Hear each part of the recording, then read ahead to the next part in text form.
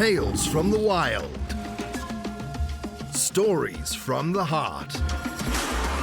A journey into the mind and soul of fired-up business professionals where they share their vision for the future. And hear from a different non-profit organization every month as they create awareness of their goals and their needs. Dive into a world of untamed passion as we join our host, Shireen Buerta, for this month's episode of Friends from Wild Places. Wow, what a journey. What a journey. First of all, Damien, thank you so much just for, being your authentic self and sharing, who you are and, how we come to be with you today here in 2025. But I mean, the many facets of you are just so enlightening and inspiring, I will say. A couple of things that, that you touched on that really just resonated is I think so many of us, over the years think that, if we get a new, whatever, fill in the blank, new home, new car, new job, new person.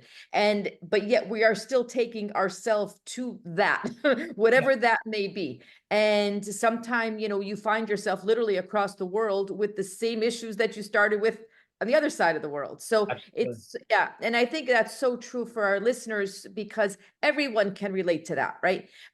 They may not have had, quite the journey, or maybe some people have. Shireen has known me for quite a few years now. I always like to say, we can always look to the left and see somebody worse off than us in any situation, emotional, finances, anything. And then you could always look to the right and see somebody, more in whatever that capacity may be. But we all are on our own journey. So I think the message is to, when you come into your own light, as you had shared the quote, and to really, embrace what that is and share that journey and give that hope to other people that are out there that may not know what to do. I mean, we all know where we've come from, right? I mean, that's a fact.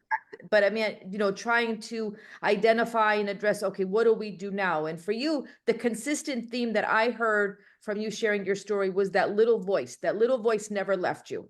So that part of you was your guiding light throughout your whole journey. And it seems that still is your voice today. It is, but what had happened 6 years ago is that inner voice had become, it had taken over. It had basically become it's my worst enemy in a way that said that, okay, we're going to drink, we're going to self-abuse ourselves, we're going to mistreat my wife, we're going to talk, we become the worst version of myself. And I used to tell that inner voice, but no, I can't do that. And then the inner voice would say to me, but Damien, hey, let me remind you where I took you from. And you have that. And of course, people today feel uncomfortable because, oh, this sounds a bit crazy. But a lot of people have that inner head noise, that battle. Let's be honest about it. Let's be honest that I don't think most people take their life because they want to. They're in such a dark place at that time. And my mother was included in that. And I was probably there as well. I was in such an internal battle in my mind. And when you're a strong-minded person, and most of us, might say we are or we don't, but when you start to have a fight with your greatest asset, which is your mind, and you're both of you are very strong-willed women, and you know what I mean. That mind can take you so far. When it's working with you, it's your greatest strength, and away you go. But then sometimes we don't know. It decides to play the other game and say, no, I want to take you down a path of self-destruction. And basically we have that fight for so long to say, is this really happening? Millions of people are having this internal battle through depression and this struggle. Is this really happening to me? Is this going to get better after 2 days, 3 days? And we always fight with the stigma of, but I can't reach out for help because I'm going to look like I'm a broken commodity. And that's kind of which I struggled for many years. I was suffering, and I was like, and I'm like, why would you put someone you love or yourself through so much sufferance that sometimes you just need to take a pause and you need to reset. And what I realized is the power of surrender. I was never going to beat this enemy inside me. This inner voice is still with me today, but I was never going to beat it, and I'm still not going to beat it. It's still sitting there with me today, And but we've done a deal. We've said, how about we do something constructive instead of self-destructive? And this is what I said, the inner craziness with everybody. You know, so many people have got that talent. Sometimes it's misconstrued as crazy, or a crazy idea, or a crazy quality that we have, or we take things too far, and finding that balance about what's inside us that sometimes can be the double-edged sword. And in my case, it's bipolar disorder. I had to have someone professionally explain that to me for the last 6 years, and I still are. And that's the name of your monkey inside. That's what we call it. And my inner voice says, excuse me, I won't be called bipolar, because there's my bipolar. He doesn't want to be compared to another bipolar. He wants to be unique. And that's it. And now I realize this sounds crazy for a lot of people, but I try to do this in a way now where I can communicate to young people. And they come and they radiate to me. I'm like the Willy Wonka of craziness, because they're like, I kind of tell them the little voice inside you is trying to kind of isolate you and keep you away from the pack. It wants to separate you. It wants to take you down a path of maybe drugs and alcohol to say, well, we're going to feel better for 10 minutes or an hour or a day. But then, you know, and that's kind of a different communication style that I'm looking at to try to radiate to a different younger audience, you know, because younger audience today, they don't want to hear a PhD lesson on neurons of the brain. They want to actually understand, why am I feeling shit? Why am I feeling terrible? This doesn't make sense.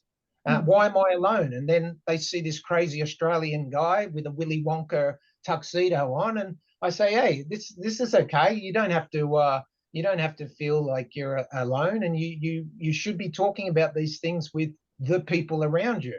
Right. I want to interject one moment, Damien. So, and again, I think, you know, a lot of our listeners, I personally have done a lot in the female sense as far as around what they call women's work. And that's a lot of like carpet work, workshops. And so for our listeners out there that, you know, in hearing your story, Damien, if they, for example, are not maybe diagnosed or actually clinically diagnosed with a mental disorder or disease or whatever the quota of the word is today. But some of us can definitely identify growing up with the good voice or the bad voice, or the little parts of us that, you know, whatever resonates. You know, I teach mortuary science at Miami-Dade College, and I see my students the first week of class, everybody is so enthused. They want to be here. They share their why, they share their what, they share what they're doing. And then about 4 weeks in, some of them the voice of one of the voices is too loud, and it's like, we can't do this right now. And that takes over. So the spectrum of the voices can be from very minute to major in all different facets. And sometimes it's the younger self, right? The child, sometimes it's the teenager, and sometimes it's just the good versus the evil, you know, as far as, you know, kind of directing us. So I appreciate you highlighting, you know, your story as far as the extreme part of what you personally have and experienced. Right. Yeah, absolutely. Right. And again, I thank you for giving me that space to talk about it, because, you know, for a lot of people, this is terribly uncomfortable. And, you know, people, what voices? What? And we can go around and pretend that doesn't happen. But let's be honest. You know, there's 900,000 to 1 million suicides per year. Don't tell me that those people in those last moments aren't having an extreme to the worst experience with head noise, and they take a decision that under the right circumstances, come on, let's be honest, majority after this would think again. And you know, we don't need experts constantly telling us that everything is taboo, and it has to be, you know, classified right, the right, I'll get in trouble for this, the right word, the right mental illness, neurodiversity. We're so now caught in a vocab of words that it's paralyzed us to even have this conversation. Because I've said some things on this podcast already that are technically not correct, but we're having a conversation. It's the intention how I speak. I'm not trying to portray to know more than someone that's academically smarter than me, but the majority of us don't live in academic world. We live in general population with people that are around us, and and all of us, a lot of us are paralyzed because we don't actually know how to have a conversation with people, because it's impeded as it might be perceived as it might be perceived as rude to ask someone, hey Tanya, how's things going with your mental health? You know, have we ever lost a friend because we care too much? I haven't, but you know, that's kind of how I look at it. And if this is happening with adults, as I've seen here in Switzerland and around the world, well, what chance have young people got to speak about mental health if we can't talk about it? Right. Do you Exactly. think teenagers are going to be able to do it? Absolutely not. And we all, as parents, I'm a parent of 2 teenage daughters. I fell into this perception, oh, my children will reach out to me if they need me. You know, a lot of parents have got this. Oh, my kids know that I'm there for them. Really? When I was a young teenager, I wasn't going to be reaching out to no adult. You know what I mean? Children are like, they read the land better than us. They look for the people they can trust, and they definitely don't come next to the ones that they can't feel that they can open up to. Right. So, Exactly. Yeah, no, I agree. But I got to say one thing though. I find that the newer generations find it easier to talk about mental health than the older generations. So from our generation and older, absolutely. we actually are the ones that struggle to talk about it. Where I find the youngsters, they tend to be able to talk more freely about all the different mental struggles and illnesses, and where, you know, when I was a young girl, that was taboo, like you said. Now, before we continue, I want to talk a little bit more about the Coffee Foundation with you, Damien. But before we continue, I just want to pop in with a Buzzsprout ad here. So, Friends from Wild Places is a place to share stories from other business owners and professionals like Damien, a safe space to show support for other business owners and entrepreneurs all over the world. We feature nonprofits like the Coffee Foundation every month to try and make a difference and give a helpline to someone in need. Now, do you have a message you want to share with the world, or maybe you just think it'll be fun to have your own talk show? Podcasting is an easy, inexpensive, and fun way to expand your reach online. To start your own podcast, please follow the link in the show notes. This lets Buzzsprout know that we sent you, and it helps support the show. Remember, the team at Buzzsprout is passionate about helping you succeed. Now, Damien, you spoke about an intervention. You also spoke about how you were diagnosed with bipolar, and how you got into alcohol as your drug of choice. When you speak about intervention, what was your intervention when finally you realized, oh my gosh, there is a need here that needs to be filled in Switzerland, and I want to fill that need? When did that happen? That's the intervention for a lot of silly men like me comes from pain. You know, us men, we're pussycats in many aspects. We can't, and I'm too. My wife calls me the biggest pussy. I had the man flu the other day, a few coughs, and my wife, you know, she's like, get over it. And I said, oh, I'm dying. I've got the man flu. For me, physical pain and emotional pain is something that I'm like a horse that gets whipped. If I have that pain, I react. And 6 years ago, in the height of my addiction, drinking one afternoon, I felt a little bit of a twitch in the left side of my stomach.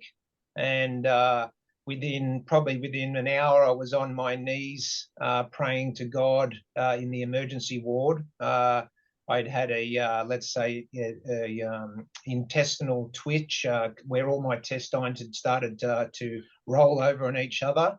And for 6 days, we tried to let those intestines unwrap themselves before we needed to have an intervention. So I didn't realize, a full-blown alcoholic, that the minute I could stop drinking, I was starting to go into detox while I was going through. I'm sure plenty of people have had intestinal surgery.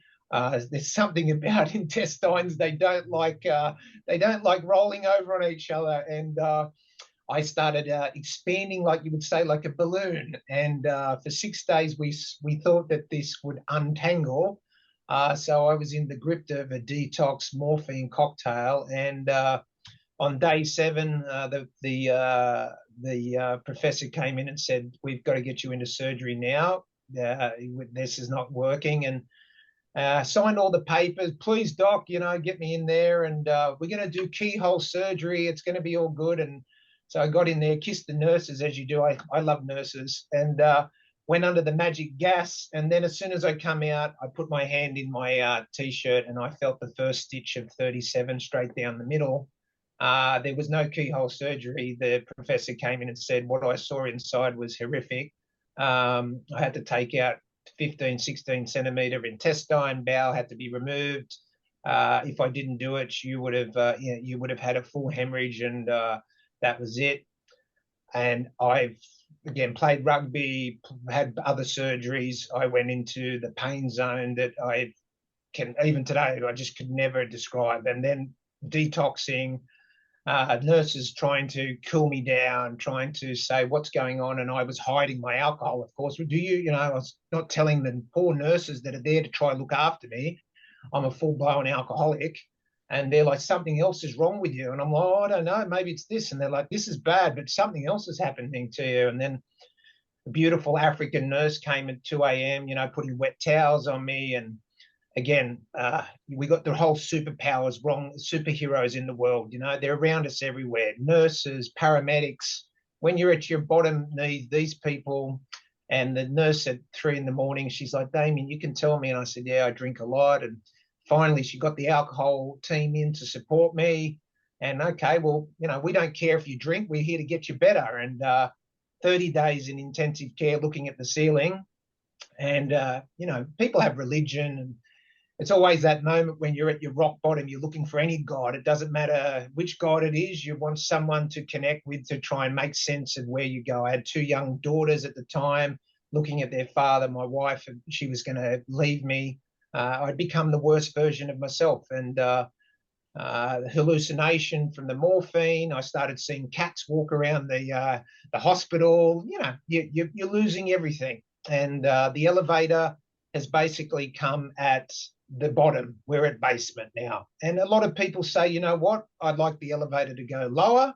I'd like to check out here now." And my elevator was at rock bottom. And I had 30 days to look at the ceiling and say, I've got 2 daughters, and don't let any alcoholic tell you that you can do it for someone else. You can't. I'll do it for the kids. I'm going to do it for the wife. I'm going to do it for other people. No, you got to decide you're going to do it for yourself. And I just said to myself, Damien, that inner voice, I said, "Really? Is this what we survived? Is this what we came from? I've become my father. I've become this." And I said, no, I'm a winner. I'm going to fight back here. And from that moment, never touched another drop of alcohol. I had to sign a deal, but with whatever God there was that day. And I don't know if it's Jesus, Allah, whoever, whatever God was there, something came down to me and said, "Okay, you touch one more drop of alcohol, I'll kill you." And I remember that. It just radiated through me. Touch one more drop of alcohol, I'll kill you. You're dead. And I was signing. I was in the bed in my mind, signed. I'm doing the deal. Let's go. And I remember, "Are you sure?" And I said, "I'm sure." Sign that deal. And then step by step, day by day, I get better, get out. Diagnosed mentally ill, bipolar. My job had finished. No more company. No company here's going to hire me. Society doesn't want anything to do with me. We'll talk about that in a second. There's the parallel world of coming out of hospital that you're diagnosed as mentally ill. Your career is finished. And I kind of like, far out, this is going to be tough to come back. And from that moment there, it's been 6 years of a journey. It was probably 2 years of getting sober and getting stable, just to realize, okay, I need to see the psychiatrist. I need to go to AA. I've got to actually invest in my health here. I've got to invest in this rebuild. This is not just going to be an overnight success. And then, 2 or 3 years, my wife's such an incredible supporter of me. "Damien, you're too good. You're too good to waste your talent. You've got something." And I'm like, "But the answer to my future is in the past." And I kept saying to my wife, I said, "How can I find the answers to my future and my purpose in darkness? That doesn't make sense." And I grappled with that for 2 or 3 years. I'm like, I'm not an expert in mental health. I haven't got a PhD. And then everyone around me, they're like, but Damien, you are the expert. You talk about the real voices. And I'm like, yeah, that's right. Mental health is all these voices of people that, around here in Switzerland, they're all experts. And I said, their stories aren't radiating to me. So, yeah, about 3 years ago, I was walking through the forest and I said, what do Swiss people love doing in this country? They don't drink alcohol like Australia. They're all drinking coffee. And I kind of realized that's the only sometimes last ritual of people that they have a connection with people. They sit for that traditional 5 to 10 minutes to share a coffee and some type of conversation. And that was like bingo. I said, Switzerland's got 17,000 foundations. I said, imagine if there was a Willy Wonka coffee foundation that did one sole thing, which was to try to create conversation around mental health. And that was it. I did it back to front. I had the coffee foundation, and then I built the branding and the logo. And I said, I want our association to have a world-class brand, like we have around the world, great brands, but they're all actually, no disrespect, they're in a business mechanism. I said, I want this to be a social brand that actually does a great cause with branding for its cause. And that's how I come about it. Beautiful, beautiful. Call Us Crazy is the hashtag, and that's kind of what it all is. Yeah, everything about it was based on crazy. So yeah, that's what we go, and that's the essence of what we do. We embrace craziness because it's not something that's, for too many years and too many decades, it's been something to be feared of. Too many tears, too many heartaches, too many stopping people from communicating and speaking, because we all wear this mask in society that we have to hide our vulnerabilities. It's another thing that I had to learn the superpower of vulnerability, because when I'm vulnerable, it allows you to be vulnerable. And sometimes we realize, wow, we've got so much more in common than we ever would have imagined. And we're not such alone as we think we are. And that gives the other person the opportunity to make a deeper connection with you. And sometimes you stop small problems becoming big ones. Wonderful. Beautiful. Yeah. And I've been to a lot of funerals for suicide, and it's no disrespect, but a lot of people stand around because they're terribly in mourning, and they're saying, I wish I didn't see anything wrong with John. I didn't see anything wrong. He had a perfect wife. And I always say, did you ask? No, I didn't ask. And that's the thing. We all have, some people have the amazing mask, and we see this in the media, the perfect life. And then something happens and the mask falls off. And then, oh, hold on. This whole facade that we sometimes spend a lifetime to create.